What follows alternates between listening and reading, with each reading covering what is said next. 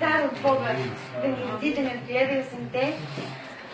Аз в 2008 година получих заболяване, което в продължение на 2 години не можах да разбера какво е. Всеки месец ходя на кръвоизпитвания. Не е бъбречна недостатъчност, а имам заболяване на кръвта. Белите кръвни телца и червените не се разпознават и се разяждат и се нуждаят всеки месец да ходя на кръв. Така съм вече 10-та година и благодаря на Бога, че го има това нещо и да ходят.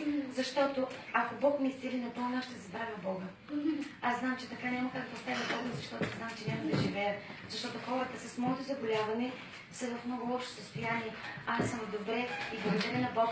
Имам прекрасна дъщеря, което е много рядко жени с таласемия да раждат.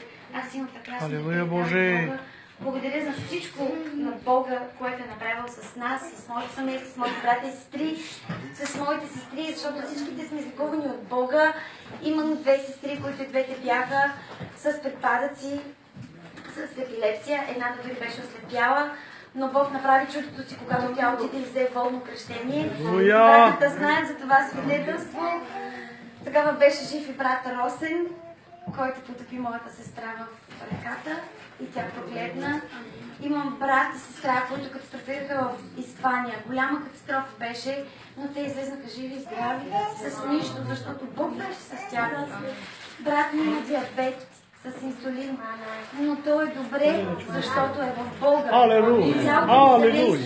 Дъщеря му беше на бебе, нямаше годинка, гълташе си езика, но тя е добре, вече пораснала жена, 20 годишна. Благодарим на Бога за всичко, което е направил за нас.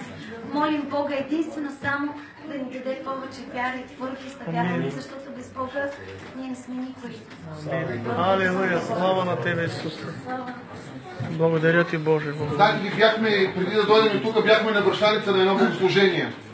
Излизаха деца и като нея и